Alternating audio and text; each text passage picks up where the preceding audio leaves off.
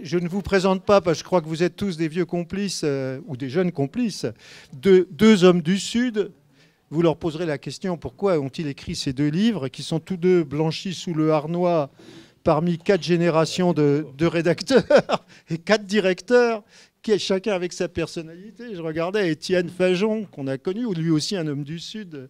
Voilà, Roland Leroy, qu'on ne présente pas, Pierre Zarka et Patrick Le Yarrick. Voilà, je vais te citer 2 vieux parapluies sur lesquels il a beaucoup plu. Voilà, voilà, 2 vies de journalistes à responsabilité, 2 journalistes à l'humanité, en tout engagement et en toute liberté. Voilà, avec les contraintes, les fureurs du chemin d'un demi-siècle de ce beau journal.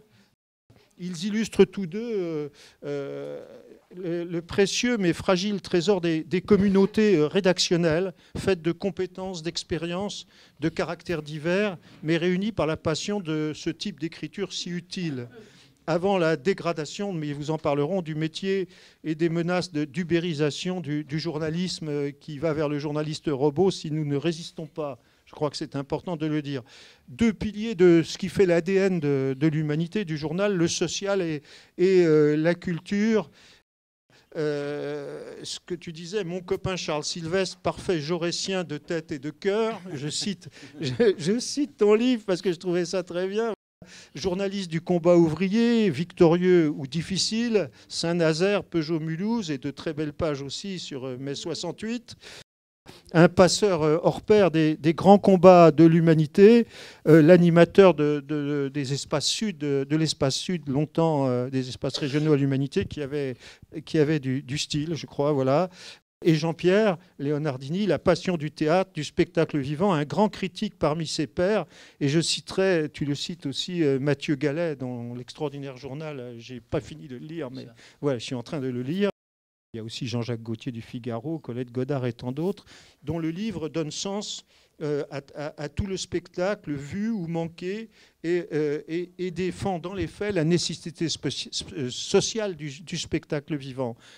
2 ouvrages qui réenchantent le métier de journaliste à l'humanité, qui font revivre l'histoire politique et sociale, l'histoire du spectacle aussi. Et donc, tout ce qu'on a vécu, tout ce qu'on regrette de ne pas avoir fait ou su voir, ou qu'on a partagé avec eux, mais aussi la vie des rédactions, la richesse d'un quotidien indépendant qu'il faut défendre pour toutes ces pages et promouvoir. Et je leur passe la parole, parce que je crois que c'est bien comme ça. C'était 3 mots d'introduction et de présentation pour ceux qui n'en avaient peut-être pas besoin, parce qu'on vous connaît bien. Donc je ne sais pas comment vous voulez procéder. Voilà, bonsoir à vous tous. Bon, je n'ose pas dire, je suis ravi d'être là en compagnie de Jean. Oh pétard! Ça commence bien, hein? Tu es pas trempé là quand même. Ça y est, Hossein arrive avec pour réparer mes dégâts. Voilà. Oui, bon, alors j'arrête de dire avec mes mains, quoi. Bon, parce que voilà. 2, ah oui. Oui, mais c'est quelqu'un qui l'a mise derrière. C'est Joël. Voilà, alors, bon, il se trouve que quand même c'est drôle, quoi, parce que Jean-Pierre, ça fait un petit moment qu'il me parlait d'un bouquin sur son parcours de critique théâtrale, dramatique. Bon, et puis le temps passait, et puis, bon, je pense que, je ne sais pas s'il tiendra à le dire, mais après, un bouquin, quand on l'a écrit, il faut l'éditer. D'accord? Oui, bon. Moi, de mon côté, ça s'est passé très vite. Hein. Il se trouve que le cinquantenaire de 68 arrivait et j'entendais dire des choses. Je n'entendais guère des choses du côté, comme je l'aime moi, du mouvement ouvrier. Il y avait beaucoup de choses sur les étudiants, ce qui est normal quand même. Hein. Ils ont pris la tête. Voilà, donc. Et puis je m'y suis mis au mois de mai. Alors, quand même, il y a une question qui se pose, c'est les bateaux, mais c'est pourquoi pas les questions de bateaux. C'est pourquoi ce livre et pourquoi à ce moment-là, quoi. Alors, moi, j'ai l'habitude de dire, enfin l'habitude, c'est pas l'habitude, de dire que ce livre, d'une certaine manière, c'est un peu quand même un bilan de mon parcours de journaliste à l'Humanité. Alors le mot bilan est terrible, quoi, parce que vous savez, souvent, Régis Debray il a écrit un livre qui s'appelle Bilan de faillite. Bon, alors, je ne suis quand même pas là. Bon, et donc c'est quelque part un retour sur ce que j'ai vécu à l'Humanité, avec des hauts, beaucoup de hauts et quelques bas, et il y en a quand même eu, si vous avez curiosité, je vous dirai lesquels, parce qu'il n'y a rien à cacher maintenant. Bon, c'est gratuit. Voilà, donc j'avais besoin un petit peu de faire le ménage dans la mémoire de ce que j'avais vécu à l'Humanité. Bon, et puis il y a une autre question qui se pose, qui recoupe la première, c'est une question que je formule à la fin du livre, et je la formule de cette manière, c'est mais qu'est-ce qui s'est passé dans ce pays pour qu'on en soit là? Bon, puisque 68, ok, c'était quand même une période un peu d'embellie, bon, même si ça a fini, comme on le sait, avec des choses mitigées. Enfin, quand même, c'est une belle histoire. Hein. C'est Benedetto, l'homme de tête d'Avignon, dit on n'a pas gagné, mais on est bien content. Voilà. Bon. Et donc, je trouve ça pas mal. Et donc, voilà. Donc, je formule cette question, mais qu'est-ce qui s'est passé pour qu'on en soit là? Qu'on en soit là où? Ben, à Macron. Voilà. Comme je dis, moi, Macron, c'est un micron de l'histoire. Bon, et donc, il faut s'expliquer là-dessus. Et moi, mon explication, je ne sais pas une explication, j'ai tort d'utiliser ce mot, c'est précisément une invite à ce que tout le monde, autant que faire se peut, que chacun se pose la question. Qu'est-ce qui s'est passé pour moi, et parmi les miens au sens large? Pas seulement les miens de la famille, mais les miens un petit peu des mouvements dans lesquels les gens ont été, un parti politique, un syndicat, une association, enfin tout ce que vous pouvez imaginer, pour qu'on en soit là. Bon, quand même, quelque part, un petit désastre. Bon, sauf que je n'avais pas imaginé qu'entre-temps, il allait se passer des choses, là, depuis l'automne, bon, et que ça a un désert de coups de vent. Je ne sais pas si c'est un coup de balai. Bon, mais c'est un coup de vent, et qui fait que les mises en scène les plus savantes, les plus préconçues, les plus travaillées, les plus ingénieuses, il faut bien le dire, bon, tout d'un coup se trouvent mal en point, prises au dépourvu, parce qu'il y a quelque chose là qui s'appelle l'imprévisible. Ça s'appelle comme ça. Bon. Et moi, l'imprévisible, ça m'intéresse beaucoup, parce que pour moi, une des explications de mai 68, c'est l'imprévisible. L'imprévisible, il y a eu de l'imprévisible à Nanterre, il y en a eu à la Sorbonne. Et après, le jour où le mouvement ouvrier s'est associé à ça, par protestation contre la répression policière, il y a eu un imprévisible. C'est le 13 mai 68, que j'appelle le 14 juillet de mai 68. Voilà, je m'en tiens là parce que je voulais simplement dire que les questions que je me suis posées, heureusement, elles recoupent des questions que tout le monde peut se poser. C'est qu'est-ce qui nous est arrivé? Voilà, je m'arrête là parce que quand même, il faudrait peut-être que Jean-Pierre aussi y mette du sien. Merci Charles. Bon, tu as présenté l'esprit de ton livre. Je vais faire la même chose rapidement. Moi, c'était au bout de 50 ans de journalisme culturel dans l'Humanité, le journal que j'avais choisi et qui ne m'avait pas rejeté. Parce que c'est ça que je veux dire. Je dis que j'y ai beaucoup sévi et que j'essaie de continuer d'un peu y servir encore. Je me disais que toutes ces années passées à assister à des événements culturels, c'est-à-dire une vie de luxe, dans un journal communiste, être convié au concert, au théâtre, on vous supplie de venir, vous ne payez pas vos places, on vous paie l'avion pour que vous alliez à l'étranger voir les choses. C'est formidable d'être journaliste. C'est un luxe inouï. Mais que j'avais tenu à exercer dans ce journal au moment, on peut le dire, où il a été extrêmement florissant par le rayonnement de la pensée et l'audience qu'il avait.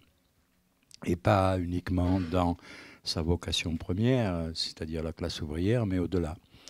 C'est-à-dire que j'ai commencé à être au service culturel un petit peu après le comité central d'Argenteuil, qui a été très important, hein, et qui a drainé auprès de nous pas mal de membres de l'intelligentsia. Enfin, c'était une époque de réflexion intense, de lutte idéologique aussi, indiscutablement. C'est un moment d'ailleurs où le marxisme s'est affaibli, où le structuralisme s'est imposé comme le mode de pensée essentiel dans l'intelligentsia. Après, ça a disparu. Après, nous avons eu de nouveaux philosophes qui ont condamné la pensée en son entier, me semble-t-il. Voilà. Donc, je tenais à parler de ça, à faire une espèce de bilan amoureux du théâtre en particulier. Ça aurait pu être autre chose, puisque j'ai quand même touché à beaucoup de choses, mais je tenais à ça. Je tenais à marquer le pas là-dessus et surtout à réfléchir sur l'état de la presse aujourd'hui et l'état singulièrement de ce qu'on appelle la critique. À l'ère du blog, à l'ère de l'ubérisation de la pensée en général. Voilà, c'est ça que je voulais. Puis rendre hommage à des camarades de rubrique, quoi. J'ai revu tout à l'heure Sylvie Stenbach. On ne s'était pas vu depuis 30 ans. Ça m'a fait un plaisir fou. Enfin, voilà. Je tenais à parler de gens qui m'ont appris des choses dans le journal, qui ont disparu pour la plupart, hein, des journaliers. J'ai commencé à travailler au cinéma avec Samuel Lachise. Je ne sais pas si c'est un nom qui parle encore à beaucoup d'entre nous, quoi. Et Samuel, il faisait le louche et moi, je faisais Godard.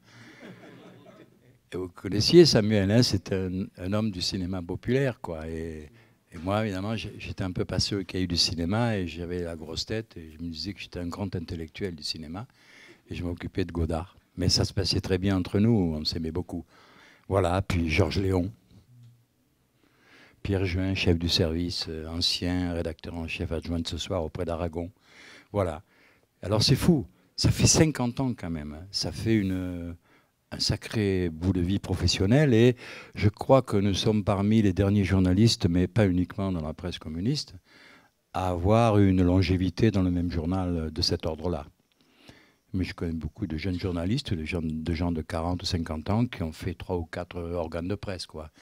Il y a un gros turnover, comme on dit à la télé. Hein. Voilà. C'était ça que je voulais faire, mais en même temps, ça parle un petit peu de politique aussi. C'est pas anodin, quoi. Je veux dire, on en parle, quoi. Voilà. Bon, je m'arrête et à toi, Charles. Peut-être des amis, des camarades peuvent nous demander, non? Parce que là, si on se raconte tous les deux, ça va être triste.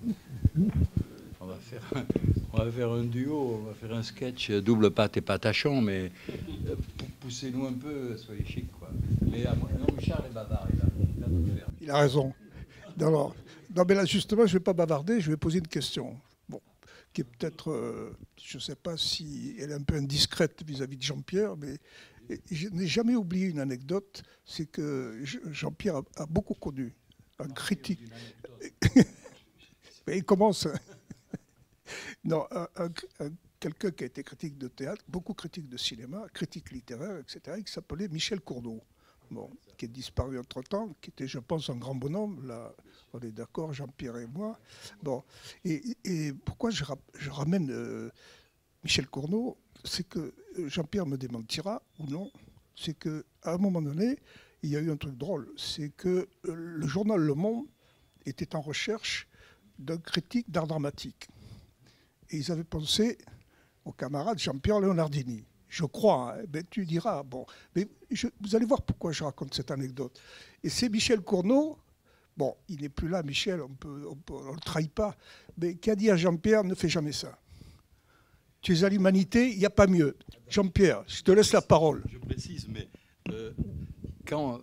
Voilà, c'est simple, je ne vais pas faire un roman là-dessus. Ça me faisait plaisir. J'étais jeune journaliste et quand même, le monde, quoi. Puis ce monde-là, hein, c'est pas celui de Jurdeville, c'était le monde de Beuve-Méry encore.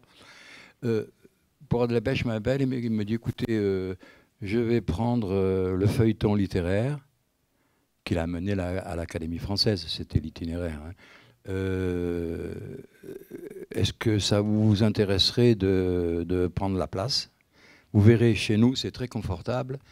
Et en plus, vous pourrez être plus marxiste qu'à l'Humanité. C'est génial. C'est-à-dire qu'à l'époque, le monde, après 68, est à fond avec l'Université Rouge. Enfin, ils sont en pointe. Voilà, très bien, quoi. Et bon, au bout de 2 jours, j'étais flatté. Puis j'ai dit non. J'ai un peu peur aussi. Je suis resté dans ma maison, quoi, parce que je sais pas, un truc de classe ou bon. Mais ce qui se passe, c'est que c'est Cournot qui a été engagé après. C'est ça le truc. Et plus tard, j'ai travaillé à Marianne une dizaine d'années, mais comme pigiste. Et il avait été question que Cannes m'engage. J'en avais parlé à Michel Cournot. Il m'avait dit, ne fais jamais ça, ne trahis jamais ton journal. Je dis, bon, d'accord, ça va. C'est ça, c'est la même histoire. Tu vois.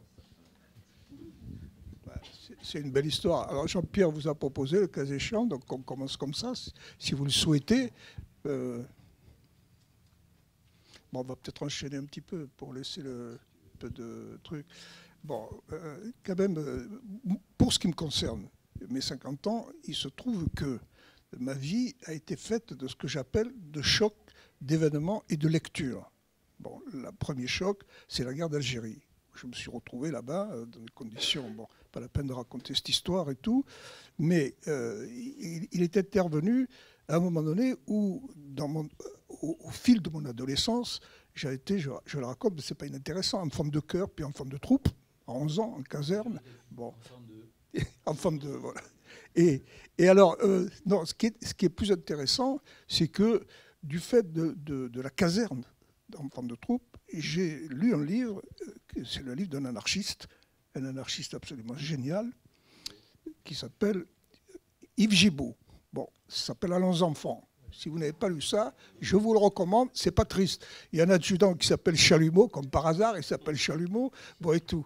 Et c'est un livre terrible. Donc, comment dire, extrêmement antimilitariste, bon, anarchiste sur tous les plans. Il a fini sa vie du côté des théâtres de 14-18 parce qu'il passait sa vie à ramasser des témoignages qui étaient encore en terre. Et il avait un grenier qui était bourré de trucs, d'obus, de douilles, de tout ce qu'on veut. Voilà. Bon, ça, c'était Gibault. Bon, déjà, là, j'ai eu une sacrée secousse.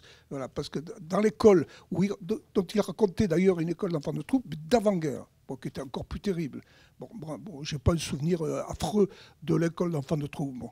Mais surtout, il est arrivé assez vite derrière, avec la guerre d'Algérie, d'autres lectures. C'est pour ça que je vous parle des lectures, pour moi, c'était très important. Les événements sont ce qu'ils sont. Et après les lectures, ils font quelque chose un peu d'autre de l'événement. Ce n'est pas l'événement pur, c'est quelque chose qui a été écrit sur l'événement. Et là, il y a 2 journalistes que j'ai lu assidûment là-bas, en Algérie, parce que leur canard arrivait quand même.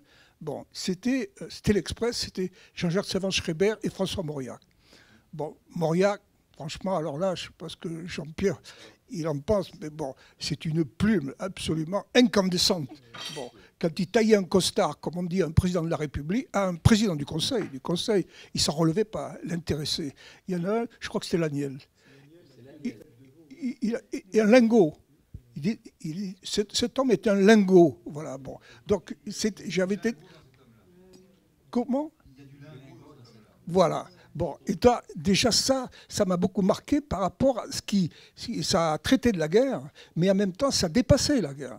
Parce que ça parlait de certaines choses qui ne se réduisent pas à la guerre.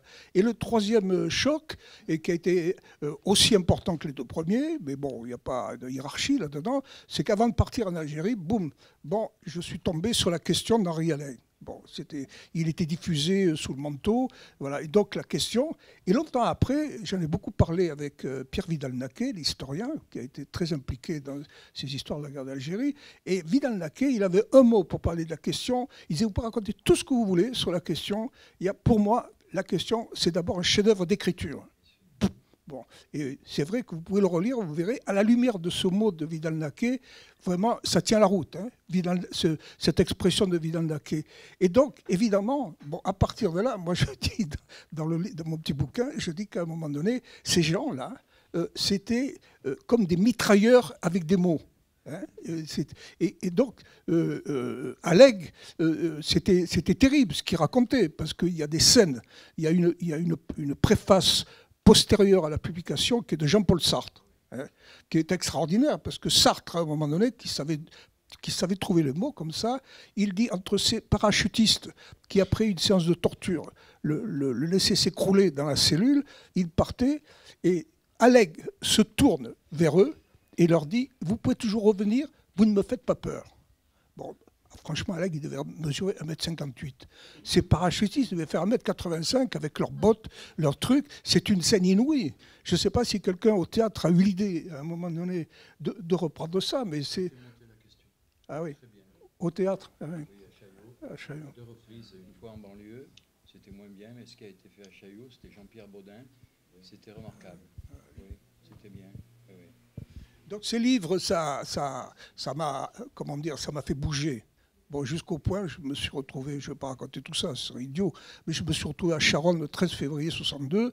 Bon, et comme je dis, et je persiste et signe à un moment donné, cette foule que j'ai vue monter le boulevard de la République jusqu'au Père-Lachaise, où je me trouvais militaire, vaguemesse de la caserne Mortier, en tenue, tout ça, je l'ai, quelqu'un, pour parler vulgairement, vous direz, je l'ai pris en pleine gueule. Bon. Alors, c'est pas le mot, mais ce peuple, cette foule qui montait, avec les dirigeants communistes devant, les portraits des 9 morts, des 9, comme on dit, des 9 martyrs de Charonne, je dis instantanément, ce peuple, je l'ai fait mien.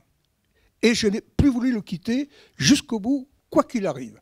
Mur de Berlin, tout ce que vous voulez, Staline, Brejnev et tout. Mais ce peuple-là, je ne pouvais plus le quitter. Et c'est ce que j'ai fait, en fait. Bon, mais je m'arrête parce que sinon je vais vous raconter ma vie, ce serait un peu idiot. Voilà, non.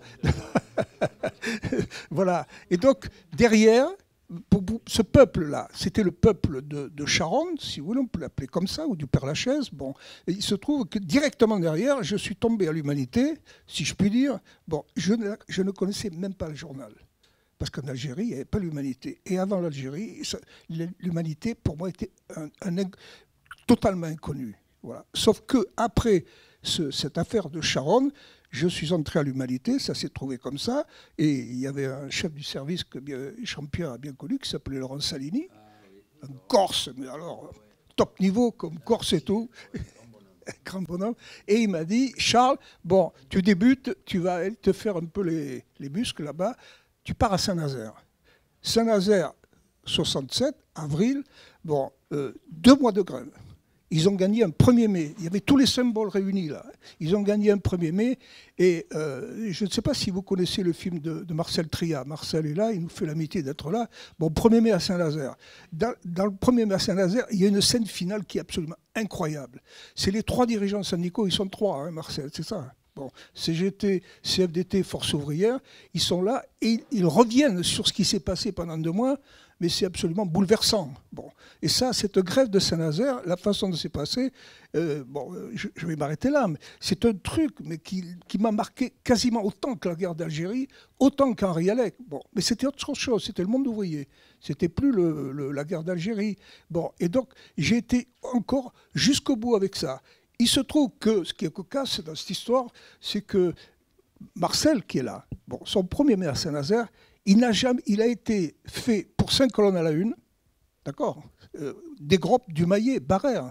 Bon, et il n'a jamais été diffusé par la télévision française, quelque chaîne que ce soit. Bon, et moi qui étais à l'Humanité, j'étais très fier. Il y avait un grand reportage de 2 pages de l'Humanité dimanche qui était sur Saint-Nazaire. Lui, ce reportage, il est passé dans l'Humanité dimanche. Donc, quelque part, la censure qui s'est abattue sur Marcel, moi, je ne l'ai pas connu à l'Humanité. C'est, dans une certaine mesure, ce qui fait la différence de l'Humanité.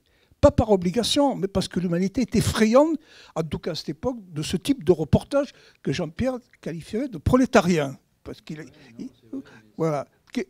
Ben, je te passe la parole, Jean-Pierre. Non. Non, sur Alex, ce que tu dis, ça me fait rire, oui. C'est un petit juif d'1,50 m, Henri. Et il a été torturé par le colonel Hérulin, qui est un colosse, et qui est mort à 45 ans en faisant son jogging. Et Henri est mort à 85 ans. Enfin, il y a une justice immanente quand même. Enfin, c'est vrai, un grand sportif. Puis il est tombé comme ça en faisant... On a beaucoup voulu qu'on le dénonce. En courant au bois, oui. Je connaissais ça. Ben, bien. C'était épouvanté parce qu'il serait devenu général. Ça l'a bloqué. Ben, évidemment, ben, tant mieux quand même. C'est la moindre des choses. 84, bien sûr. Ben, oui. Ben, écoute. Ce que tu dis sur... bon, puisqu'on a raconté sa life, je vais y aller moi aussi. Moi, c'est plutôt... Bon, c'est de famille. Hein. Je suis un peu... Mon père était communiste. Hein. ouvrier. Il avait été docker, après il était employé dans une entreprise. Il était représentant en produits pharmaceutiques en Solex. Oui, je me rappelle, il m'a donné son Solex quand il est parti à la retraite. Bon, voilà. Donc, moi, j'ai adhéré le 14 mai 58. J'étais déjà aux jeunesses. Et je me suis dit qu'on allait faire le coup de feu contre les fascistes. Fascistes, c'était De Gaulle, enfin, c'était le coup d'État, quoi. Voilà. On vendait Ce Soir, on a fait une édition de Ce Soir à Marseille, qu'on vendait dans les rues. Et puis, je voulais, je sais pas, j'écrivais dans des revues avec des amis, on avait fait des revues de cinéma, de poésie et tout. Puis j'ai voulu monter à Paris, quoi, parce que j'ai commencé à la Marseillaise pendant 2 ans, après l'armée, après l'Algérie, justement. Et ouais, c'était Rastignac, quoi. C'était pas Rastignac, mais Lucien Urbain-Pré. J'allais conquérir la presse dans la capitale, quoi. Je voulais être journaliste. Et puis je l'ai été grâce au journal, quoi. Mais tu as raison, c'est une époque dont on ne peut pas se faire idée aujourd'hui. Tellement le paysage mental et politique a changé. Moi, je sais que j'étais fauché et j'arrivais à Paris en stop, avec ma valise en carton, comme Linda de Souza. Et je sais pas, j'ai été logé chez des filles. J'étais un peu coureur et j'avais une paire de chaussettes au Gobelin, une chemise dans le 19e. Et un jour, Étienne Fajon, il me chope et me dit « Jean-Pierre, où tu es là? J'arrive pas à te situer dans Paris, dans le parti là. » J'ai dit bah, « Écoute, Étienne, je vais m'installer. » Là, je me suis installé à Gennevilliers. J'étais l'invité de la famille qui créait. C'était de grands amis et ils m'ont sauvé la mise, quoi. Il me dit, il faut être quelque part. Je sais que tu es communiste, mais tu vois, les réunions de cellules, c'est important. Il me dit, tu sais, j'y vais à ma réunion de cellules. Et il me dit, des fois, ça m'emmerde parce qu'il me récite l'édito que j'ai écrit le matin. Voilà, donc ça a été le... Voilà, et il a été formé... Je veux raconter cette anecdote parce que j'aimais beaucoup Étienne. C'était un père, quoi. C'est un père, Étienne. Pour moi, c'était un père, tu vois. J'avais 25 ans, 24 ans, et ça a été un père. Voilà. Le même jour, il m'appelle, 3 heures après, il me dit, écoute, Jean-Pierre, faut que tu me rendes un service, là. Je dois terminer un rapport sur la lutte contre la guerre du Vietnam, en ce moment, là, à Paris. J'ai pas le temps de le faire, ça serait chic si tu le faisais. Formidable. Ça, c'est la grande école. Il te tire les oreilles. Et après, il te confie une mission d'importance. Terminer son rapport au comité central sur la guerre du Vietnam, tu vois. Et ça, je me suis dit que c'était une belle manière de diriger. Et que ce sont des choses qu'on ne voit plus nulle part. Dans quelque entreprise que ce soit. Peut-être même dans la nôtre. Je trouvais ça exemplaire. C'est comme ça qu'on fabrique... des hommes, des collaborateurs, enfin, voilà, il me semble. C'est la vieille école, Étienne, c'est la grande école. J'aimais beaucoup ça, moi. J'aimais beaucoup. Autrement, à Marseille, j'avais connu François Billou, qui est un sacré bonhomme. Ah ouais, un vrai dur, un sacré dirigeant politique, ah oui. Et Pierre Doise. Bon, mais je ne vais pas... Oui, parce que là, ça... Je sais pas, je vous parle d'un temps que les moins de 50 ans ne peuvent pas connaître, hein, tu vois. Non, tout ça pour en revenir à ce que j'ai essayé de dire au début, que nous sommes dans une autre société, évidemment, qui est d'ailleurs née après 68. Pour la presse, je date la décadence de la presse classique, celle héritée du 19e siècle, à partir de la lutte des gars du Parisien libéré. C'est 76. 76. Ils ont mené une lutte, les ouvriers d'Olive, incroyable. Ils ont fait flamber des journaux dans la cour du ministère de l'Intérieur. Tu te rappelles ce qu'ils ont fait? Ils ont jeté des journaux du haut de la Tour Eiffel. Ils arrêtaient les camions qui venaient de Belgique et qui imprimaient Paris Jour. C'est bien ça, hein? Et ils les répandaient sur l'autoroute. Ils ont fait des choses incroyables. Une lutte effrénée, terrifiante et magnifique. Magnifique. Mais la modernisation s'est avérée inéluctable. Et là, nous en sommes... avant, c'était les ouvriers du livre. Aujourd'hui, on est tous devant nos ordinateurs, on dirait des employés de bureau. On est des employés de bureau, quoi. Il ne manque plus que la blouse, on dirait des préparateurs en pharmacie. Tandis que les ouvriers du livre, ils étaient vivants. Ils buvaient, ils chantaient, ils disaient des conneries. Tu te rappelles, Joël, comme c'était bien? Moi, j'adorais aller voir les types au Marbre parce qu'on rigolait. On s'envoyait des vannes sans arrêt. Bon, mais c'est fini. Mais d'ailleurs, on ne s'envoie plus beaucoup de vannes dans notre société en général, sauf un tout petit comité. Donc, le monde a changé. Notre société a changé. Il y a de l'anxiété, voire de l'angoisse, du ressentiment. Pour en revenir à la lutte des Gilets jaunes, il y a beaucoup de ressentiment. Ce sont vraiment les laissés pour compte du nouveau cours. On leur avait dit que les cheminots étaient les privilégiés. Ils ne sont pas occupés des cheminots. La loi travail, ils ont laissé tomber, parce qu'ils étaient un peu en deçà du travail pour la plupart. On est arrivé à créer une classe ouvrière de service, avec des bas métiers. On a dit aux gens d'être auto-entrepreneurs et ils s'aperçoivent que c'est du prix et qu'ils sont couverts de dettes. C'est un mouvement de masse et ce sont des choses qui participent de la colère, ce qui est une chose saine dans le domaine de la lutte des classes. Après, ce que ça va donner, moi je ne sais pas. Parce qu'il y a du si, du nati là-dedans. Il y a du poujadisme, il y a ce que les Italiens, dans les années 50, appelaient le qualunquismo, le parti de l'homme quelconque, l'homo qualunque. Et parfois, ça nourrit l'homo qualunque, et parfois, quand il n'a pas l'espoir de ce que nous proposions, nous, enfin pas toi et moi, on était plusieurs, les communistes, je veux dire, les partis communistes, le Parti communiste. C'est tout à fait étrange et c'est une curiosité politique, à mon avis, qui a rapport avec l'histoire. Il chante la Marseillaise. C'est bien de chanter la Marseillaise. Rappelle-toi que nous, Maurice Thorez disait, chantons la Marseillaise. Il n'y a pas que l'international. Nous sommes des nationaux aussi. C'est très important. C'est une chose qu'on a un peu bradée, qu'on a un peu oubliée. Donc quand j'entends la Marseillaise sur les ronds-points, je me dis, qui la chante? Quels sont-ils? Objectivement, on est avec eux, à première vue, parce qu'il y a vraiment de la souffrance. Après, qu'est-ce que ça va donner dans les urnes? J'ai vu qu'il y en a 2 ou 3 déjà qui peuvent être candidats pour un nouveau parti. Il y a 2-3 habiles qui pourraient être chez Macron ou ailleurs et même présenter une candidature gilet jaune. C'est tout à fait excitant pour l'esprit, mais je ne suis pas persuadé que ça débouchera sur des choses selon nos vieilles aspirations. Hein, je crois qu'on peut... Mais en même temps, c'est quand même bien parce qu'on a ce vieux réflexe d'avoir du peuple dans la rue, quoi. Mais il y a de l'hébertisme un peu. Il y a du Père Duchesne là-dedans. Il y a du carnaval. Il y a du... Oui, et puis après tout, les sans-culottes, ils n'étaient pas polis. Hein. Ils étaient un peu sales même. Donc, pourquoi pas. Mais ce qui est terrible, c'est que... dire ni de gauche ni de droite, revendiquer l'apolitisme, c'est accepter ce qu'on leur a martelé dans la tête pendant longtemps.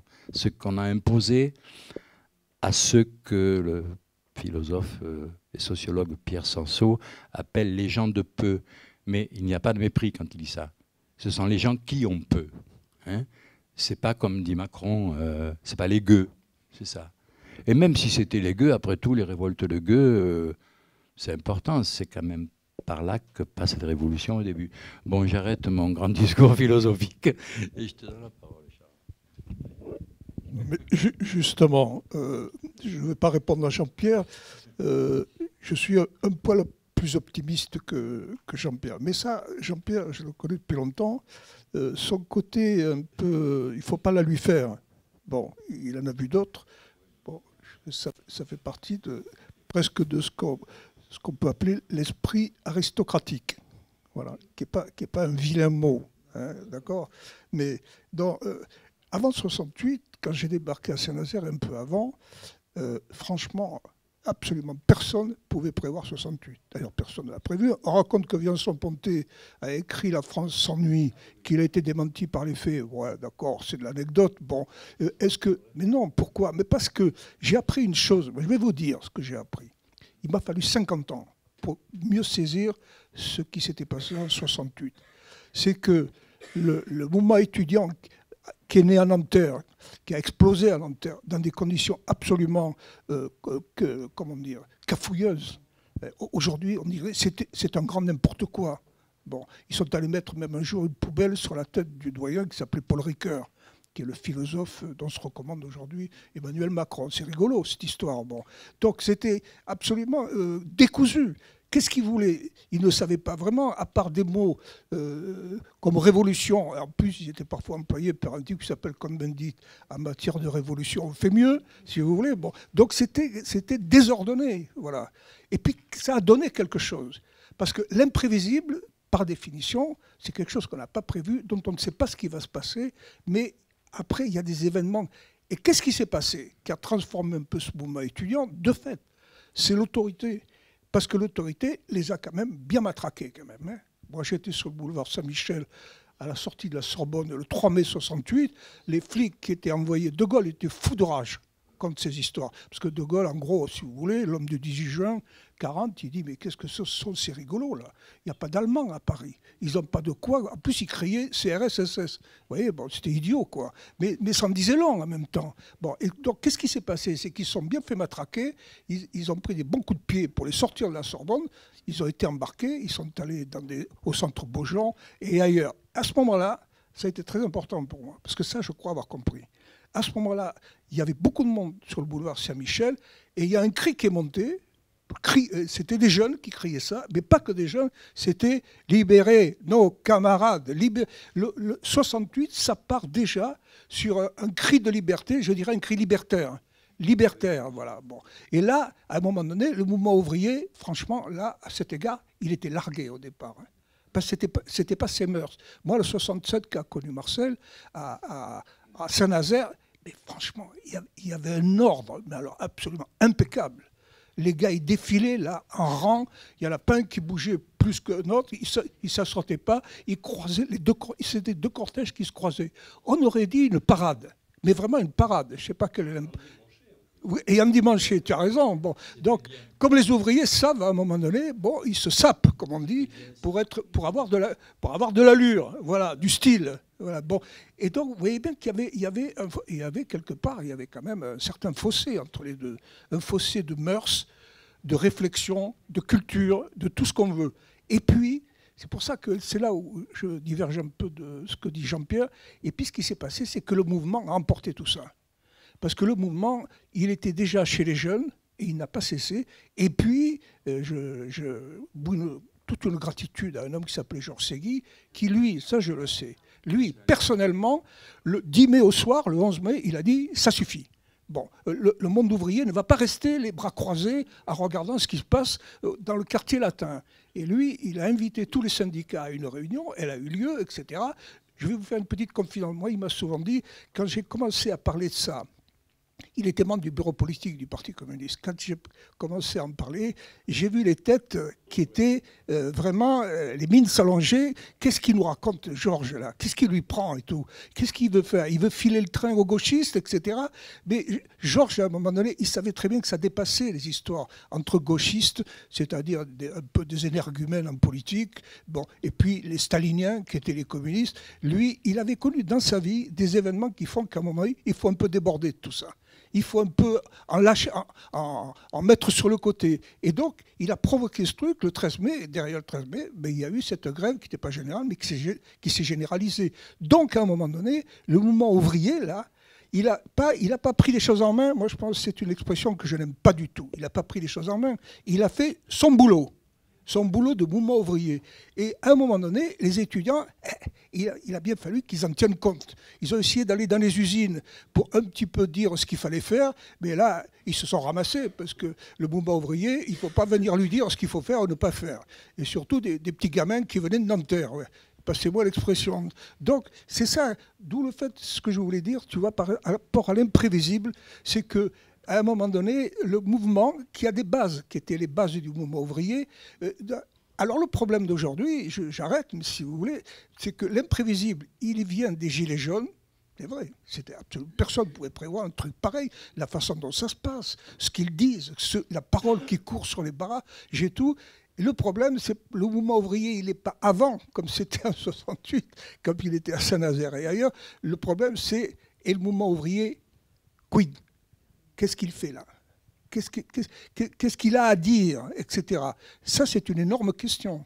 Bon, et je m'arrête, mais vous dire, moi, je sais qu'il y a beaucoup de gens, y compris des gens parfois qui me sont proches, qui expliquent que le mouvement ouvrier, c'est mort. C'est mort parce que ce ne sont plus les mêmes usines, il n'y a plus Bianco, il n'y a plus tout ça, etc., etc. Moi, je suis incapable de dire, vous avez tort, il n'est pas mort. Mais au moins, je dis, je ne suis pas si sûr que ça. Je ne suis pas si sûr que ça, parce que ce n'est pas qu'une théorie, le mouvement ouvrier. C'est quelque chose qui se fabrique dans le combat, lentement, avec une culture, avec une auto-éducation. Voilà, donc, pour vous dire que le problème que je me pose, c'est l'inversion un peu de 68. En 68, il y a les étudiants et le mouvement ouvrier qui est là, qui est le soubassement quand même de la lutte populaire. Et aujourd'hui, il y a cet imprévisible qui a surgi. Et alors, le problème maintenant, mais vous savez, j'invente rien. Moi, je lis beaucoup de livres, le livre de Noiriel et de quelques autres et tout. Tous disent à un moment donné, le problème, c'est que vont faire les classes populaires. Alors, les Gilets jaunes, ça fait partie des classes populaires. Bon, mais que va faire ce mouvement quel qu'il était, du mouvement ouvrier, qui n'est plus le même et tout, qu'est-ce qu'il va faire et qu'est-ce que les Gilets jaunes vont faire vis-à-vis, ne serait-ce que vis-à-vis des syndicats. C'est le problème qui leur est posé. Ils y répondent pour l'instant pas très bien, pas très clairement. Ben, enfin, le fait qu'ils soient posés, c'est déjà quelque chose. Voilà, je m'arrête, mais ce que j'aimerais, Jean-Pierre, si tu permets, c'est que tu nous parles un petit peu aussi de ce... Par exemple, si tu veux bien, il se trouve que moi, en suivant le mouvement social, de temps en temps, il y avait des connexions avec la culture. Par exemple, on a vécu un truc incroyable, c'est qu'on a fait à une époque, en 77, une grande série dans l'humanité qui s'appelait « Lire le pays » avec 100 écrivains. Finalement, il y en a eu 110. Bon, et là, j'aimerais qu'il nous en parle, Jean-Pierre, parce qu'il y a eu deux anecdotes. Moi, je crois aux anecdotes, au sens que ça peut prendre. Il y en a une, c'est Simenon. Simenon a participé à cette série, mais dans des conditions que va dire Jean-Pierre. Et l'autre, c'est Jean Genet, qui n'était quand même pas tout à fait prévu au programme, quand même. Hein. Bon. Et c'est Jean-Pierre qui a fait la présentation de Genet. Et Genet, moi, je le fréquentais à cette époque-là, il a été stupéfait de lire ce qu'avait écrit Jean-Pierre sur la littérature de Jean Genet. Parce qu'il croyait qu'on ne considérait que parce qu'il défendait Angela Davis. Et ce n'était pas le cas. Alors, Jean-Pierre, ce côté de la culture, parce que c'est dans l'humain, ce dont on parle. Oui, je crois qu'on peut être fier d'avoir fait ça. Lire le pays, c'est Charles qui était... L'initiative était de Charles et il a impulsé ça magnifiquement. On était une toute petite bande. Hein. Il y avait Poisson. On était 3 ou 4 à faire les légendes, hein, c'est ça. Des gens qui ont disparu depuis, qu'on a perdu de vue, certains sont morts et tout. Mais c'était Charles qui pilotait l'entreprise. Et c'est vrai qu'on est arrivé à voir la majeure partie des écrivains de ce pays. Il n'y avait pas Mauriac, il n'y avait pas d'Ormesson. Enfin, bon, on a eu Roland Barthes qui parlait du Sud-Ouest, Claude Simon qui a fait un texte magnifique. Non, vraiment, on était très fiers. On a démarré avec Genet. Un très beau texte. D'ailleurs, ces textes-là font partie de leurs œuvres maintenant. Quand il s'est paru dans l'Humanité pour lire le pays. Genet a écrit sur la cathédrale de Chartres un très beau texte qui défendait déjà les émigrés de l'intérieur, les étrangers. Il disait, mais qu'est-ce que vous dites, Chartres, ça a été fait par des Italiens, des Alsaciens, des Lorrains, c'était des Arabes, c'était pas des Français. Enfin non, c'était très beau texte. Et après, je suis allé voir Simenon à Lausanne. Simenon avait dit, oui, je veux bien, mais je n'écris plus. Il était à la retraite. Il dit, je fais plus que des dictées. Je vais vous dicter mon texte. J'étais content, j'ai passé 3 jours chez Simenon, c'était formidable. Alors il m'a dicté, c'était la descente qu'il avait effectuée du Rhône à partir d'Avignon jusque dans le Delta, à bord d'une barque, une petite barque à rame mais avec un petit moteur, avec sa femme, sa bonne qui était sa maîtresse et son chien. C'est un chaud lapin, le Bernard Simenon. Hein. C'était un sacré loulou. Et il avait sa machine à écrire comme ça sur le bateau et il écrivait déjà ses romans. Il n'était pas encore le Simenon connu. Hein. Il était feuilletoniste, quoi. Et donc, je passe 3 jours chez lui. J'étais content d'avoir un jeune type qui l'écoute et qui le regarde émerveillé. Je raconte dans le livre. Et il avait des poils dans les oreilles très longs comme ça. Au bout de 2 jours, je lui dis, on était copains, on avait bu. Je dis, monsieur Simenon, je peux vous demander une question indiscrète? Il me dit, vas-y. Je lui dis, pourquoi vous gardez les poils si longs dans les oreilles? On aurait dit un sanglier. Il me dit, à partir d'un certain âge, il faut laisser faire la nature. Putain. Voilà. Voilà, bon. Alors, c'est vrai, en fait, il avait fallu qu'il m'avait dicté, j'ai donc fait du faux Simenon, quoi. Je me suis, après, je l'avais noté à la main parce que j'avais pas de magnétophone. Donc, je me disais, mais comment il ferait pour écrire, là? Il fait des phrases très courtes, très simples. Oui, j'ai fait un faux Simenon, mais avec son accord. Voilà. Donc, c'était très beau lire Le Pays. Ça existe encore en livre. Hein. Est-ce qu'on peut se le procurer? Je ne sais pas. Est-ce que c'est épuisé ou pas? Je ne sais pas. Mais c'était très beau. Il y avait un texte d'Hélène Sixou, je me rappelle. Hélène Sixou. Oui, c'était... Ah oui, il y avait du très beau monde. Oui, des gens qui ont disparu depuis, mais Boris, c'était bien. Edmond, bien sûr. Là, on était très fiers de ça. Mais c'est une époque où, je disais tout à l'heure, où on avait le vent en poupe. On était écoutés, on écoutait beaucoup les autres aussi. On était friands de réunions. Il y avait eu un colloque de la Nouvelle Critique avec les gens de Tel Quel qui étaient venus. Alors, Tel Quel, ça n'a pas marché parce qu'ils sont allés voir Fajon et ils lui ont dit on voudrait que nos thèses soient celles du Parti communiste sur la littérature. Le père Fajon, il a dit oh, ça va pas, non? Voilà, il les a envoyés bouler. Après, ils sont devenus chinois. Tu vois les conséquences? Alors, je voudrais ajouter quelques mots en rapport avec ce que vient de dire Jean-Pierre sur la période. Bon, parce que moi, dans mon petit bouquin, je m'aventure, à tort ou à raison, peut-être à tort, à dire que c'est 77. 77, c'est l'année qui suit 76, évidemment. Bon, 76, il y a en janvier ce qu'on appelle le 22e congrès du Parti communiste français. C'est marché, mais c'est le marché qui est dans l'héritage de Waldeck-Rochet et du manifeste de Champigny. Or, le manifeste de Champigny, c'est le manifeste qui a été piloté par cet homme Waldeck-Rochet. Pourquoi? Parce que Waldeck-Rochet, l'invasion de la Tchécoslovaquie par les troupes du pacte de Varsovie, ça l'a crucifié. Voilà. De certaine façon, il en est mort d'ailleurs. Hein. Bon. Et pourquoi? Parce qu'à partir de là, il a songé à une chose, il n'était pas le seul, il faut définir, concevoir et mettre en route un socialisme qui ne soit pas celui de Brejnev. Voilà, c'était ça l'idée. Et vous pouvez relire ce manifeste de Champigny, c'est exactement ça. Hein. C'est-à-dire, bon, souveraineté nationale, contrairement aux pays, comme on a dit, satellites, à un moment donné, qui n'avaient plus de liberté de souveraineté nationale. Deuxièmement, des élections avec plusieurs partis. Troisièmement, libre critique. Quatrièmement, pluralité de la presse et tout. Non, vous voyez un petit peu par rapport au modèle qu'avait apporté l'Union soviétique. Pour X raisons, on n'est pas là pour ça. Bon, il y a des choses qui peuvent s'expliquer de l'histoire soviétique.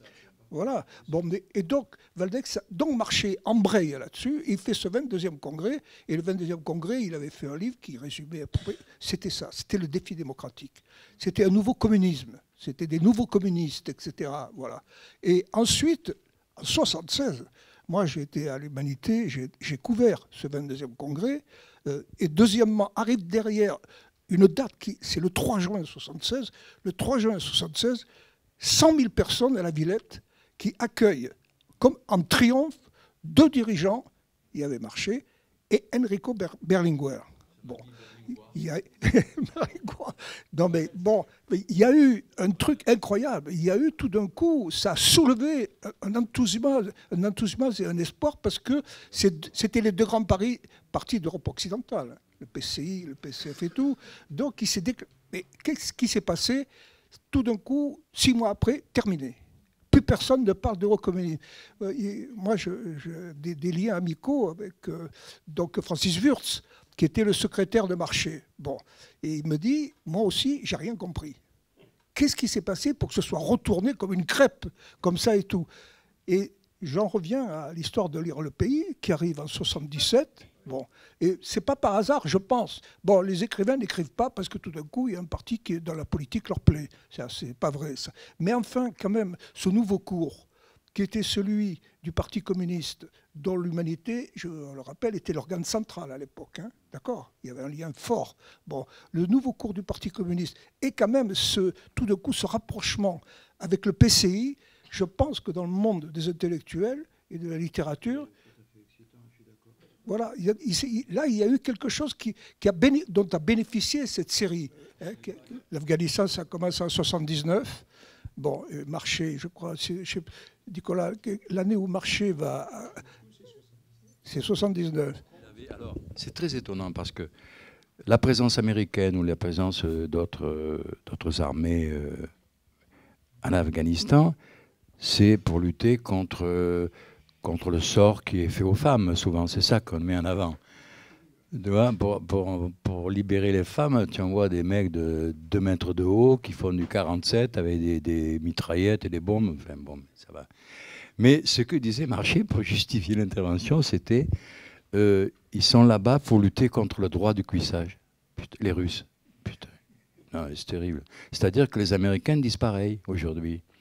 Ils vont libérer les femmes de l'oppression, quoi. C'est la même chose. C'était court. Ça a été terrible, ça. Moi, je date le recul de ça. Enfin, tu parles... et regardez où en sont les Italiens. Il n'y a même plus de parti communiste. C'est 15 officines, le parti. C'est complètement fou. C'est ça, là, ce qui nous interroge. Moi, ce qui me mine un peu, quand je pense pas uniquement à ce que j'ai bouffé la veille ou ce que je vais m'acheter comme cravate, c'est ça. Comment se fait-il que nous soyons en plus, nous sommes le seul journal communiste quotidien qui paraît en Europe. Avante au Portugal est mort. L'UNITA, n'en parlons pas, a été racheté et puis coulé parce que les gens achètent le titre. C'est d'ailleurs ce que voudraient faire des gens en rachetant l'UMA. L'UMA, c'est une raison sociale. C'est comme Félix Potin. Ça peut se racheter. C'est un titre historique. Et au bout de 3 ans, ça perd sa substance. C'est ce qui s'est passé avec l'UNITA. D'où l'importance qu'on continue d'exister. Et moi, je pense que si l'humanité n'existe plus, notre parti sera encore plus affaibli parce que c'est un lien quotidien. C'est un chaînon permanent, quoi. C'est une présence dans la société française, même si nous sommes beaucoup moins lus qu'avant. Et nous l'avons été quand même dans ces années, jusque dans les années 80, on a été très lus. Vous savez, il y a quelqu'un qui a dit un jour, ces journaux communistes, en Union soviétique, la Pravda, ça veut dire la vérité. Vous voyez, la vérité. Bon. En Italie, l'unità, l'unité. C'est une notion très politique, très marquée dans l'histoire. Hein. Vous voyez, bon.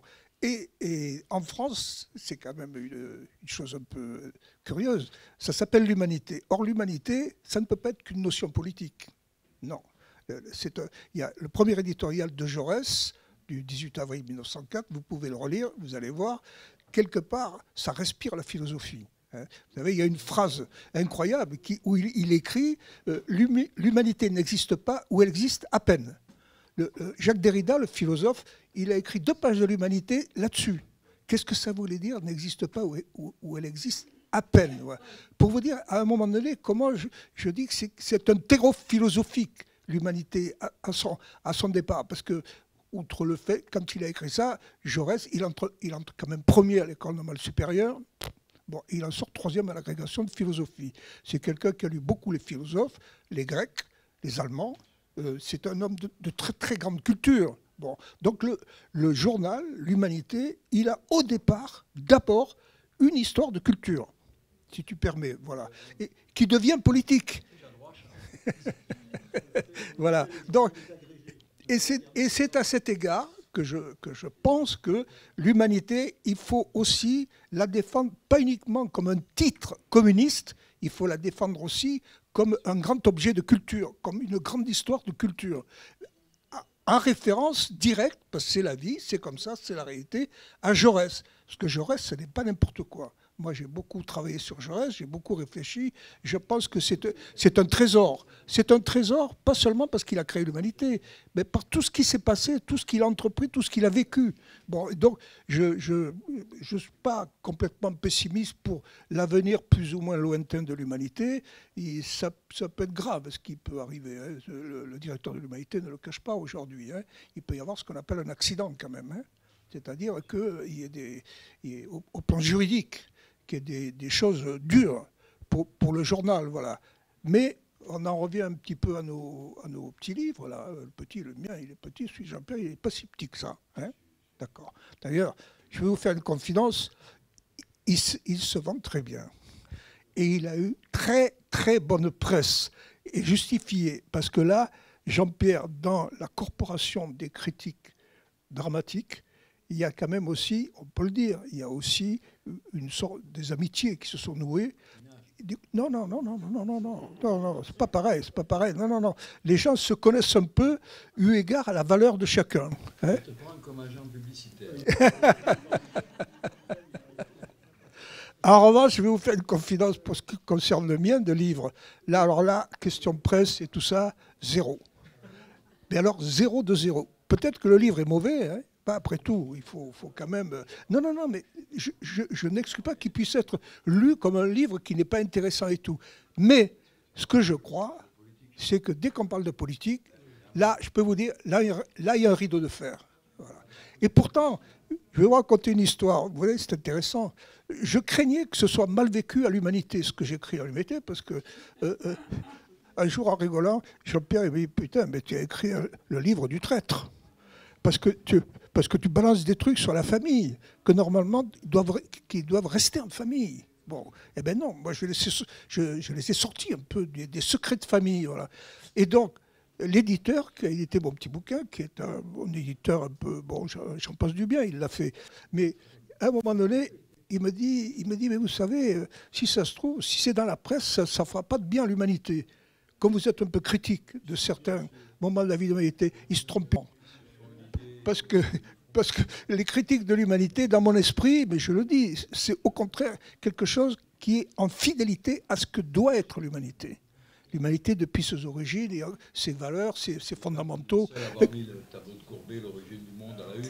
Oui, c'est vrai. Tiens, enchaîne, Jean-Pierre. Alors, Courbet, la une de l'humain. Ben oui. Ah ben oui, c'était Claude qui était rédacteur en chef. Et Claude, il était à fond pour. Je veux dire, c'est pas là-dessus qu'on pouvait achoper avec Claude. Il était ouvert au maximum.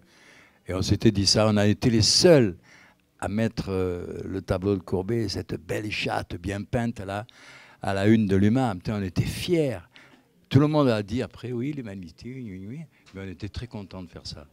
Ça prouvait qu'on était des esprits libérés. C'est formidable. Non, c'est très bien parce que... Ah, c'est fou, parce que c'est quand ce parti était stalinien qu'il avait le plus d'adhérents. Aujourd'hui, qu'on est des gens, des démocrates sincères, on perd des plumes tous les jours, quoi. Il faut réfléchir à ça. Je plaisante. Hein. On a droit un peu moins, parce qu'on a l'air vraiment d'être entre nous. Il n'y a pas d'ennemis de classe cachés. À Joël, peut-être... je me méfie. Et n'oublions pas la fête qui va avec. Ah oui. Non, mais c'est pas juste. Tu as raison. N'oublions pas. Tu as raison. La fête.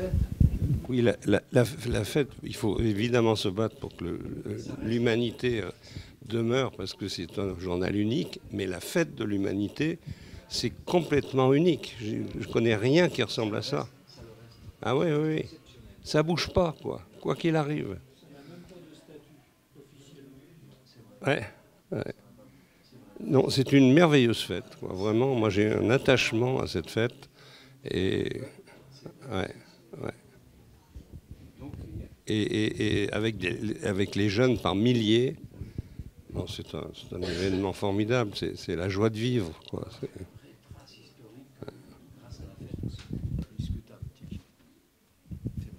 Mais là, le secret de la réussite de la fête, c'est que, enfin, c'est l'idée que je défends souvent, c'est dû à l'organisation. Il faut quand même que ça s'organise quand même. Hein.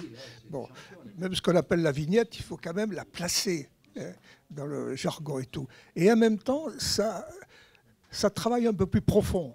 Parce que moi, je connais des gens qui viennent à la fête, ça ne passe pas par les militants communistes. Hein. Chaque année, ils me demandent il y a quoi à la fête cette année. Bon, c'est-à-dire il y a un intérêt comme ça qui est plus large.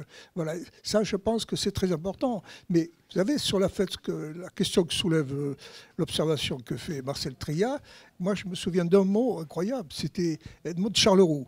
Elle venait là, très élégante et tout ça, dans la boue. Elle allait parler avec les gars qui construisaient les scènes et tout. Il l'aimait beaucoup aussi à cause de ça, de sa simplicité. Voilà. Et un jour, elle dit, oui, un jour, elle dit, il faudrait que le journal ressemble à sa fête. Que le journal ressemble à sa fête. Parce que la fête, effectivement, d'un certain niveau de culture, d'intérêt, de débat, il y a tout. Et puis, relativement populaire. Bon, vous voyez, bon, et donc, mais ça, pour l'instant, le journal, pour l'instant, n'en est pas là. Bon, il a un bon niveau de culture, ça, je peux en témoigner, un bon niveau dans le domaine social. Moi, vous savez, j'ai été encouragé à parler du mouvement social dans l'humanité, parce que je me suis aperçu d'une chose, c'est qu'il y a des choses qui se sont un peu diluées à un moment donné. Bon, je dis les choses comme elles sont, même l'accroche au monde ouvrier, il y a eu des flous dans les années, grosso modo, 70-80, surtout les années 80. Bon, alors le Parti communiste était en train de baisser en influence et tout, mais l'humanité elle-même a été un peu moins accrochée au terrain ouvrier. Voilà. Je pense que ça a été un dommage, ça. Parce que même s'il y avait moins d'ouvriers, mais les sociologues le disent, il y a encore 7 millions d'ouvriers en France, il y a 8 millions d'employés dont la condition est proche de celle des ouvriers, donc il n'y a pas de disparition des classes populaires. Est-ce qu'il faut encore employer le mot classe ouvrière? Et pourquoi pas? Et pourquoi pas? Parce que les gens dans les services, ils travaillent quelque part à la chaîne comme des ouvriers.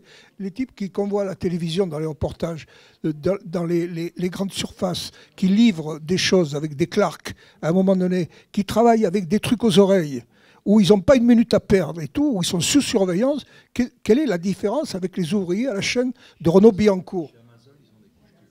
Et chez Amazon, des couches culottes. Vous connaissez ça, cette histoire, pour qu'il n'ait pas besoin d'aller aux toilettes. Bon, donc, voilà.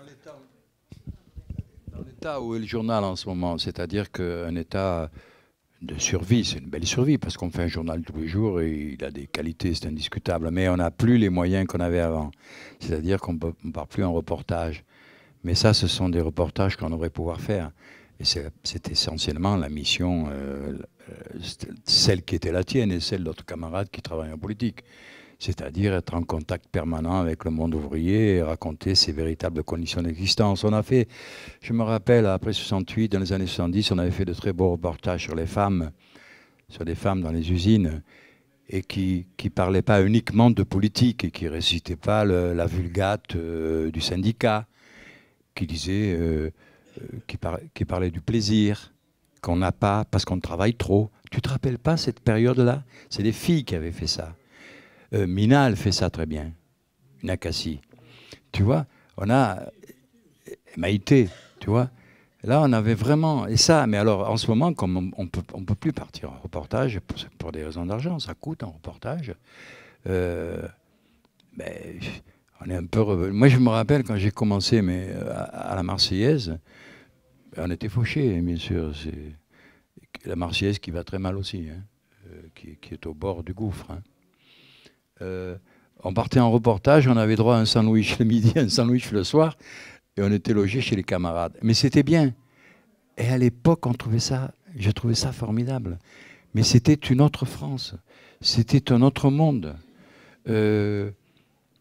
C'est plus celui d'aujourd'hui. C'est plus celui d'aujourd'hui avec les propositions infinies de portables, d'écrans, d'iPod, de luxe technologique inutile. Excusez-moi de dire ça, parce que tout à l'heure, j'attendais devant le 5, rue du Sorbier, parce que cette patate, il m'avait dit que c'est devant le 5. Je voyais que c'était un immeuble avec des fenêtres aveugles. Donc je suis allé, j'ai pas de portable. Je suis allé chez le petit bistrot à côté, le monsieur a été adorable, il a téléphoné à ma femme qui devait téléphoner à Charles. C'est un truc de fou, c'est un truc d'avant, quoi. J'avais honte. Et après, le monsieur m'a dit, c'est quoi? C'est une réunion, c'est au lieu-dit, il m'a dit. Et j'ai dit, d'accord. Voilà.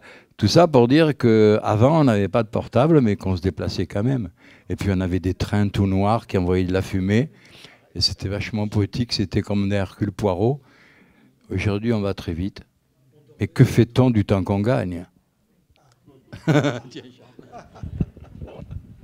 Ce que dit Jean-Pierre, ça m'amuse aussi, je vais vous dire pourquoi. Parce que je me suis un peu vanté dans le bouquin. C'est normal, hein, on a un peu d'ego, comme dit. Bon. Et par exemple, je raconte que moi, j'étais très fier d'être payé comme un prolo de Billancourt. Voilà. Et qu'un jour, d'OS. Et à la limite, j'étais encore plus fier parce que non seulement j'avais le même salaire que lui, mais par-dessus le marché, lui, il avait des avantages par le comité d'entreprise qu'on n'avait pas à l'humanité. Donc en fait, on était en dessous de l'OS. Bon, j'exagère à peine, voilà. Mais d'une certaine manière, Jean-Pierre a dit c'est un autre monde aujourd'hui, oui, mais d'une certaine manière, je pense que dans l'esprit, c'était une belle chose quand même. Bon. Et qui n'était pas que de la discipline politique. Ça n'émanait pas que du fait que tu n'as pas le choix, c'est comme ça l'humanité. Tu es payé comme un permanent et tu n'as pas à discuter ça. Parce que 1/3 de ton salaire, ça va au journal ou au parti. Ça, bon, et tout. On ne s'engage pas, on adhère. Et adhérer, c'est coller, et j'ai pas honte. Hein. Une adhésion, c'est ça. C'est pas la même chose que l'engagement. L'engagement peut supposer le désengagement. L'engagement, hein, bon, c'est Sartre qui le vulgarise, le concept. Mais adhérer, c'est autre chose. Adhérer, c'est, je sais pas, c'est aller jusqu'au bout, quoi. Et je dis périnde à cadaver, comme les jésuites, jusqu'au cadavre. Les jésuites, et je dis, retenez ma formule, mesdemoiselles, messieurs, c'est les bolcheviques de Dieu, les jésuites. C'est pas mal, non? Hein? Faut s'amuser quand même un peu. Comme qui? Non, lui, il finira au bout d'une corde, arrête. Non, non, c'est pas bien de dire ça. Ah non, non, mesdames, parce que les jésuites, c'est très important dans l'histoire de la civilisation. D'abord pour le rapport qu'on a à la Chine. Ensuite, puisqu'ils ont apporté à la culture. Puis je rappelle que le pape est le premier pape jésuite depuis, il n'en a jamais eu. Et que c'est pas le pire. Non, les jésuites, c'est important. C'est important dans la civilisation occidentale. Je veux dire, c'est un apport capital à l'histoire de la pensée, de la réflexion, il me semble. Hein.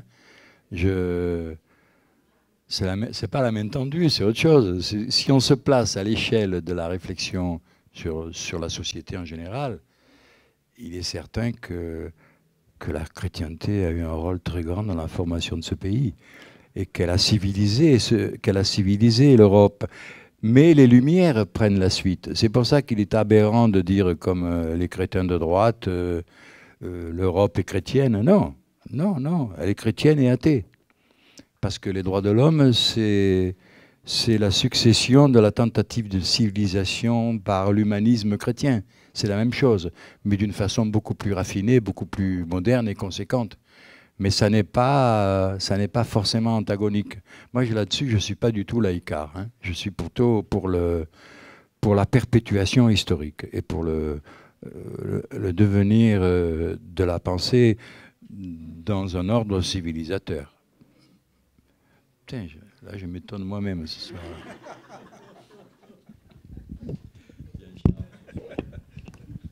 Donc, non, non, c'est intéressant, non? Bon alors, on peut aller jusqu'à 22h, hein, Hossein, il est là, non? J'ai acheté des côtes d'agneau découverts. Alors, voilà, les croisements de la culture et du combat social à l'humanité, c'est une chose qui m'a intéressé parce qu'il se trouve que, je ne sais pas pour quelle raison d'ailleurs, moi, quand j'étais au lycée militaire, j'étais plus avec, j'étais à Autun. Bon. Et pendant les cours de maths, ça m'emmerdait. Mais j'avais été en mathématiques élémentaires, ça s'appelait comme ça à l'époque. Bon, parce que mes copains, mes meilleurs copains, ils étaient en maths LM. Donc il m'a dit, allez hop, tu viens avec nous. Et en réalité, j'ai rien compris. Et en plus, surtout, je cherchais même pas à comprendre et tout. Sauf que il y avait le bureau là, comme ça, et sur mes genoux, dessous, il y avait des bouquins sans arrêt que j'ouvrais. C'était toute une collection. C'était toutes les tragédies de Shakespeare. Richard III, Richard II, le roi Lear, Othello, etc. Bon. Avec le recul, je me dis que finalement, peut-être que si j'ai été dans le journalisme politique, c'est peut-être à cause de ça. Parce que quand même, en termes d'histoire politique, il n'y a quand même pas mieux que Shakespeare. Qu'est-ce que tu en penses, Jean-Pierre? Tu es exemplaire. Moi, c'était des femmes nues que j'avais essayé. Non, mais parle-nous de Shakespeare du point de vue du critique. Ah oui, non, bon, Shakespeare, ouais, Shakespeare, c'est un grand auteur. Merci. Il est terrible. Non, mais arrête. Non, c'est vrai. Tout ce bouillonnement que nous avons connu, enfin, puis les écoles qui fabriquent des gens de théâtre, puis la fin de la suite de la décentralisation, ça c'est quelque chose qui se perd aussi. Alors, historiquement, politiquement, on pourra en parler. Hein. Tous les pionniers, tous ceux des débuts, José en est un. Tout ça, la mission s'est perdue, elle n'existe plus. Et maintenant, c'est seul contre tous, c'est les gens de théâtre. Alors, il y a eu des moments historiques où quelqu'un pouvait parler au nom de tous. Ce fut Villard, c'est indiscutable, qui était le modèle, le mentor. Planchon a refusé plus tard ce rôle-là, en s'enfermant à Villeurbanne, en prenant le sigle TNP, Villeurbanne, mais en refusant de parler au nom de tous. Celui qui a essayé de parler au nom de tous et qui pouvait être écouté, ça a été Vitesse, mais il est quand même mort prématurément. Il n'a pas pu jouer ce rôle de leader, de meneur de la profession théâtrale. Il n'y a pas de... on n'a peut-être pas ni Dieu ni César des tribuns, mais c'est bien si quelqu'un a l'autorité artistique et politique pour amener les autres avec lui. Hein. Et ça, on ne l'a plus du tout. Ça fait partie de la politique théâtrale. Et de la politique culturelle, n'en parlons pas. Je pense que la plupart des Français ne connaissent pas le nom du nouveau ministre, qui est un spécialiste de l'électronique, mais qui se tamponne complètement de l'art théâtral. Et n'oublions pas qu'ils remettent en ce moment le statut des intermittents et que ça va recommencer à barder. Parce qu'ils sont obligés de trouver du fric pour la sécurité sociale et ils vont s'en reprendre aux intermittents. Ça fait une semaine qu'on en parle et ça va revenir sur le devant de la scène. Et je pense que les intermittents vont être comme dans les années de lutte, efficaces parce que pour eux aussi c'est... Alors si on parle de la paupérisation, parlons de la paupérisation des professions théâtrales et des difficultés à monter des spectacles. Sauf si tu possèdes un centre dramatique, tu es maître du monde, et les autres compagnies vont taper, mais on te dit que non, que le programme est fait pour 2 ans, qu'on fait travailler des gens en résidence. Donc il y a là un secteur de la création théâtrale qui est vraiment embourbé, quoi. Et je pense qu'on va en parler. Je pense que, oui, ben, les comédiens vont se joindre aux infirmières, aux gens qui travaillent dans les EHPAD. Et en plus, c'est bien que les EHPAD s'améliorent, parce que ça ne va pas tarder pour nous, Charles. Tu vois ? Mon père disait toujours, quand il était vieux, il me dit, putain, avec l'accent marseillais, il me disait, putain, je suis plus près du cimetière que de la maternité. Pardon, je me répands, moi, mais je suis comme ça. Je pars, après je ne m'arrête plus. Comme Charles. On est fait pour... Alors, merci. Bon. Merci à Nicolas Devers-Dreyfus. Si. Non, mais il faut vous dire que quand même c'était organisé, quand même par la Société des lecteurs de l'humanité, des lecteurs et les amis de l'humanité.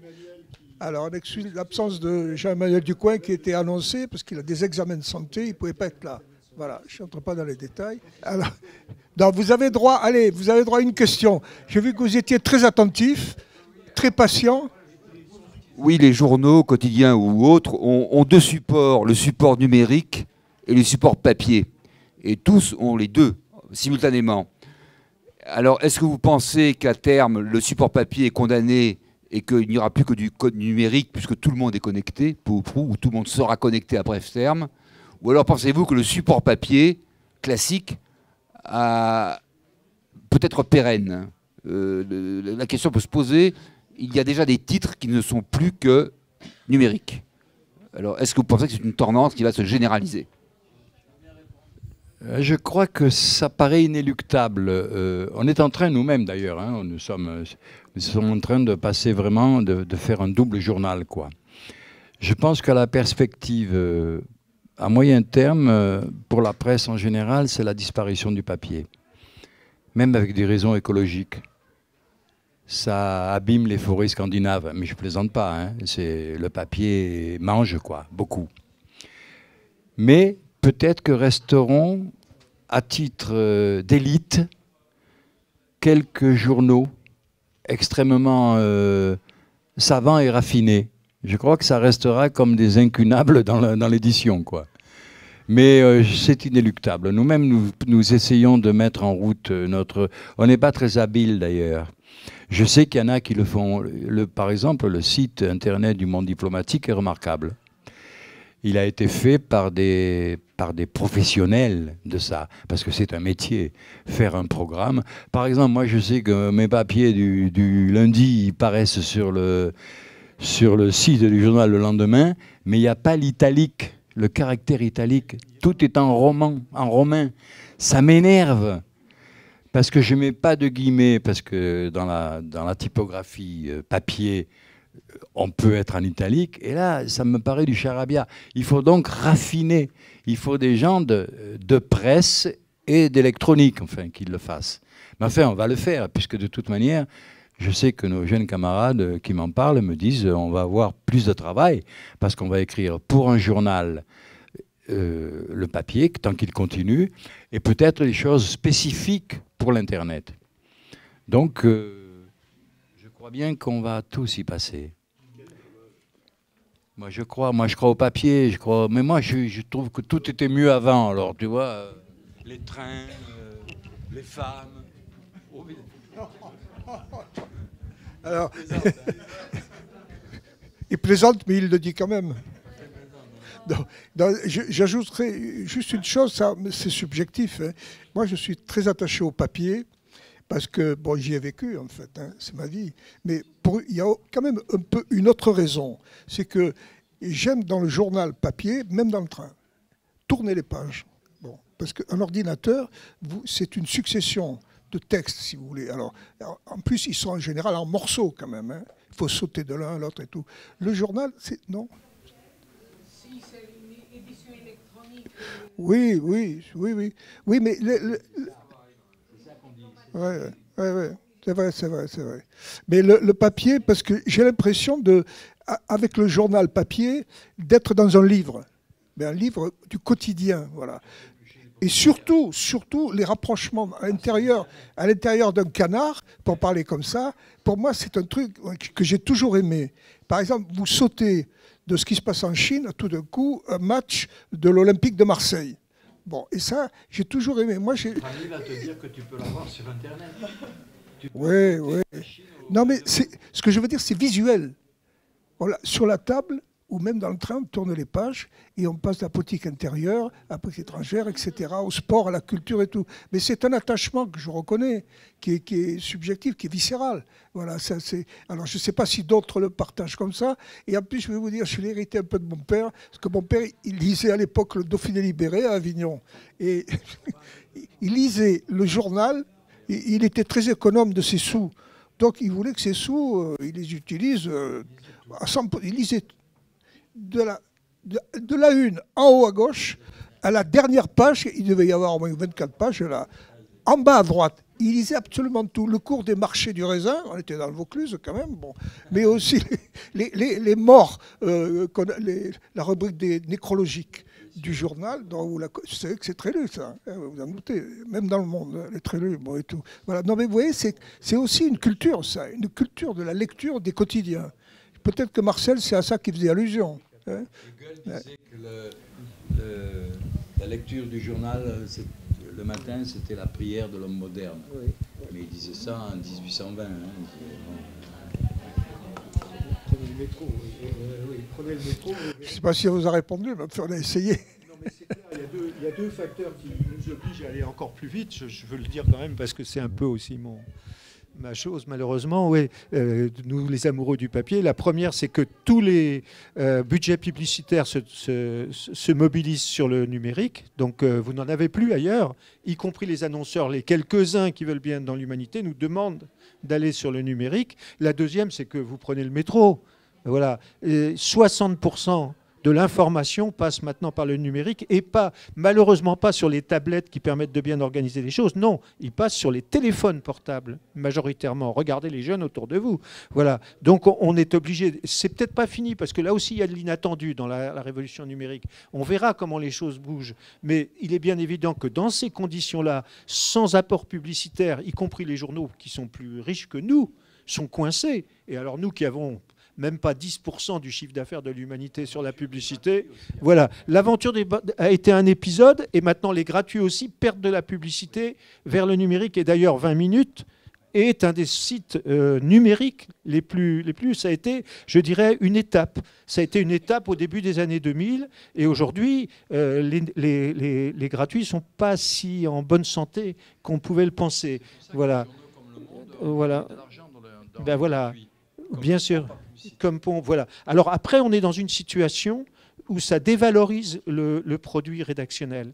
Parce que vous ne pouvez pas vendre un abonnement numérique. D'abord, les gens ont l'habitude de la gratuité, ce qui est un vrai problème.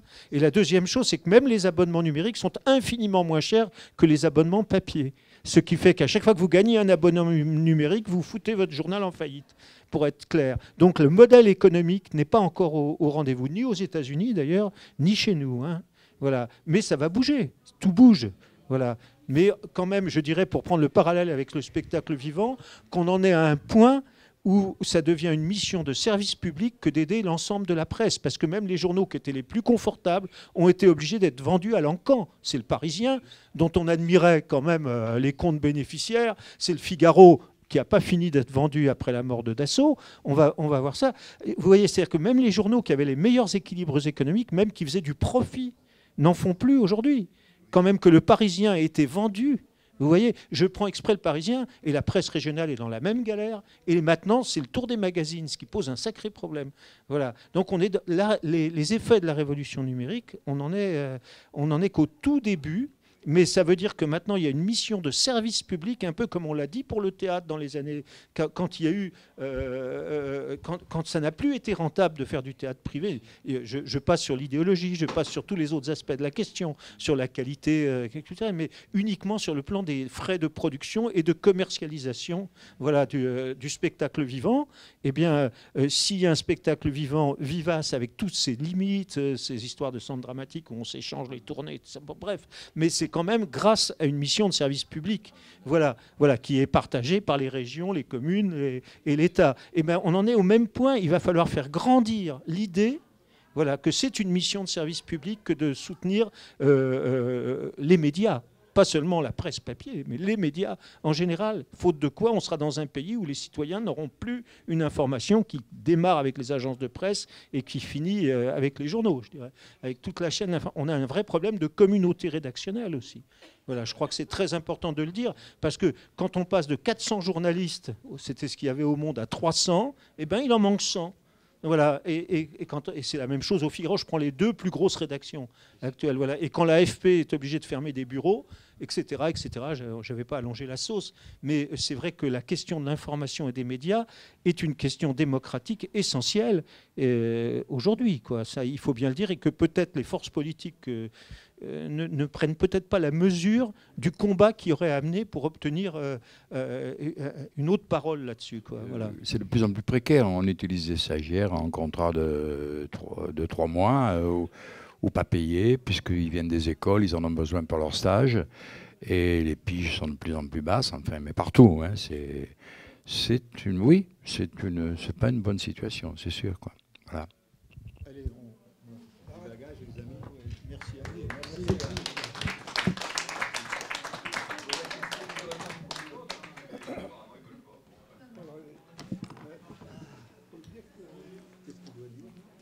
Vous avez les livres là, hein, devant. Syndicat d'auteurs. Oui, oui, on va en prendre ici. Il est rattaché à la Fédération du spectacle. D'accord. Ok, merci Joseph.